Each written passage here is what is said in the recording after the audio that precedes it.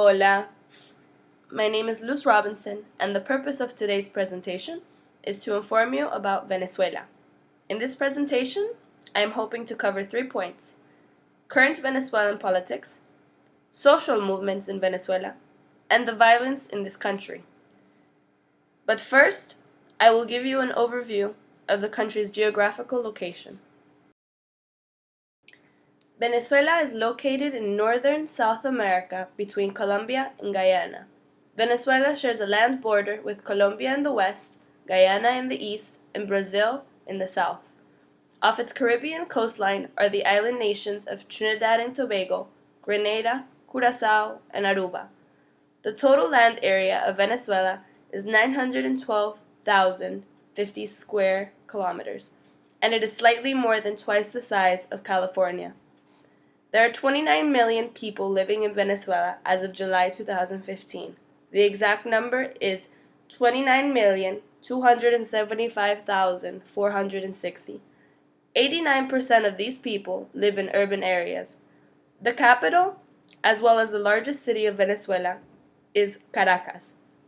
Recently, Caracas has been acknowledged as the most dangerous city in the world, with 119.87 homicides per 100,000 deaths. Out of the top 50 most dangerous cities in the world, 8 of them are in Venezuela. Violence and crime has spiked over the recent years as a result of political, economic, and social instability. For the first half of the 20th century, the country was ruled by authoritarian military regimes who exploited the oil industry. It was not until 1959 that democratic elections were allowed to take place. According to the CIA World Factbook, Venezuela's current form of government is a federal republic. A federal republic is a federation of states with a republican form of government. This means that affairs of a country are a public matter, and not the private concern of one or a group of individuals. In a federal republic, there is a division of power between the federal government and the state government. For example, the federal government handles issues involving national security and defense, and the state government handles issues involving things such as infrastructure maintenance and education policy at a local level. There are 5 branches of government in Venezuela: the executive branch, the legislative branch, the judiciary branch, the electoral branch, and the citizen branch.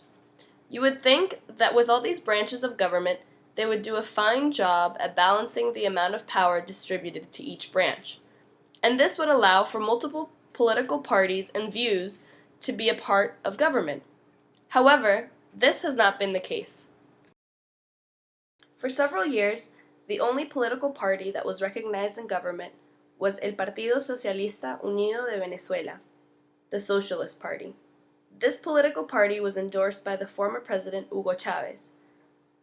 Hugo Chavez was elected president in 1999 and served as president for only 14 years because that is when he died from cancer.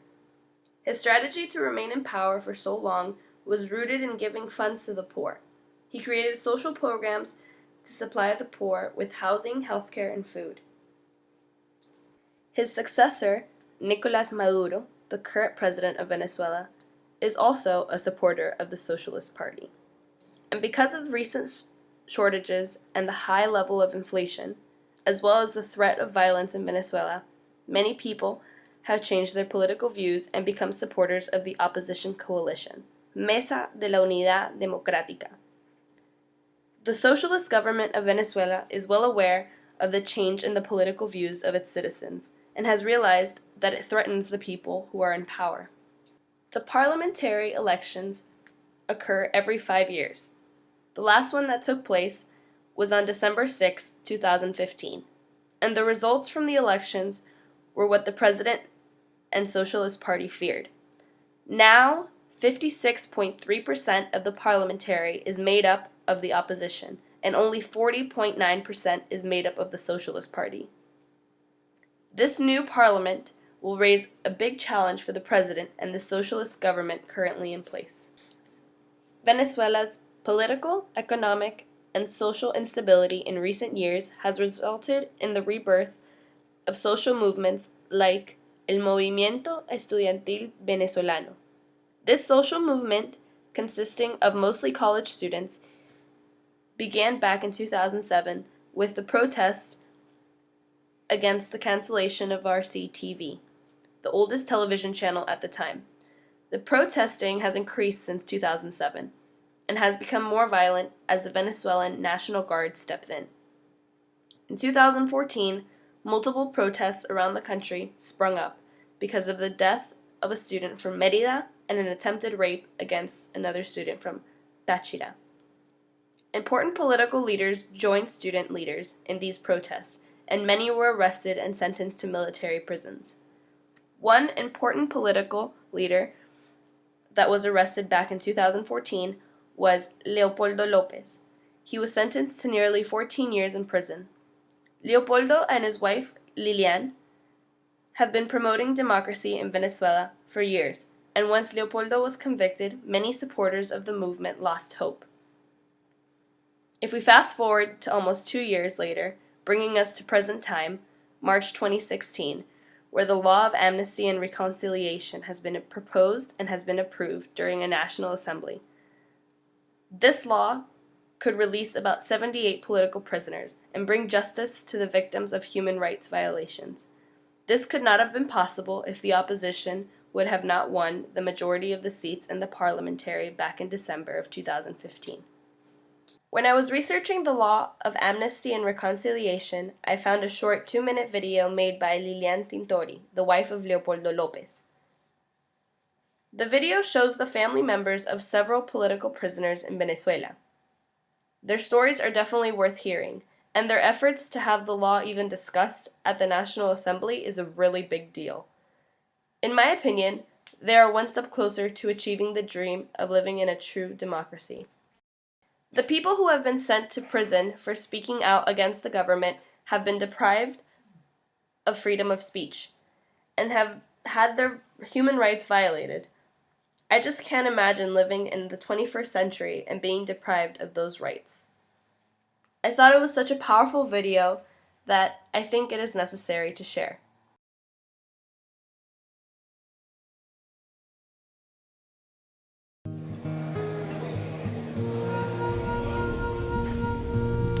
Venezuela quiere mirar hacia adelante.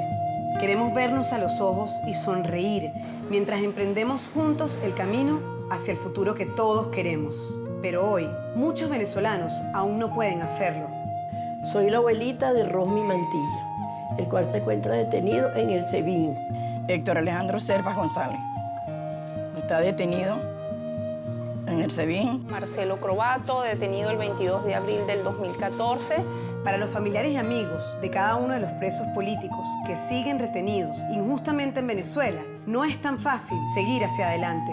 Tiene 1 año y 2 meses detenida en el SEBIN en Caracas, injustamente, obviamente, porque la están acusando de terrorismo, de asociación para delinquir. Preso político desde el 19 de marzo de 2014, simplemente por manifestar sus ideas de cambio. Está imputado por el delito de conspiración y de asociación para delinquir. Son demasiados días extrañando a sus seres queridos cuando se levantan en las mañanas, cuando se sientan en la mesa en familia, cuando cumplen años los hijos. Su crimen, querer un país mejor. Le han hecho una persecución, más que todo un secuestro a su libertad. Y ya tiene 19 meses detenido. Es la hora de una amnistía que permita a los hijos de cada preso político volver a abrazar a sus padres en libertad. Una amnistía que acabe para siempre con las condiciones de salud infrahumanas en las que se mantienen Efraín Ortega, Laide Salazar, José Luis Santamaría, Janie Varela, Vasco da Costa y muchos otros, para que nunca más se violen los derechos humanos en Venezuela. Pero sobre todo, es necesaria una amnistía que nos permita reencontrarnos como país, sin resentimientos, sin revanchas. Todos aquellos que se sacrificaron por la libertad de nuestra tierra no pueden seguir esperando. Lo esperamos con mucha alegría, con esperanza de que salga rápido, rápido de ahí. Y esperamos en Dios, que mi Dios salga de este apuro. El momento para esa amnistía es ya. Amnistía ya. Amnistía ya. Amnistía ya. Todos los que pacientemente hemos extrañado hasta más no poder a nuestros seres queridos, no podemos seguir esperando. Amnistía es reconciliación. Amnistía es cambio.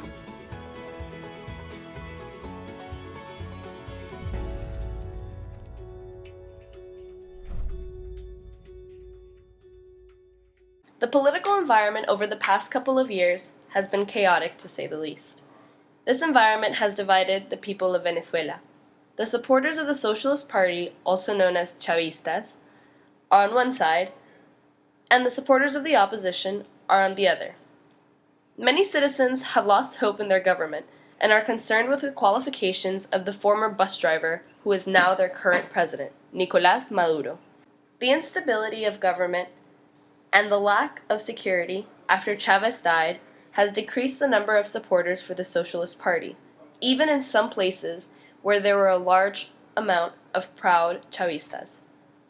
When Chavez was in power, there were imported goods on the shelves at supermarkets, and you could shop often, as much as you would like. There were obvious problems with the way he decided to manage the economy, which I won't get into right now. But overall, people had food, and there were few regulations on shopping.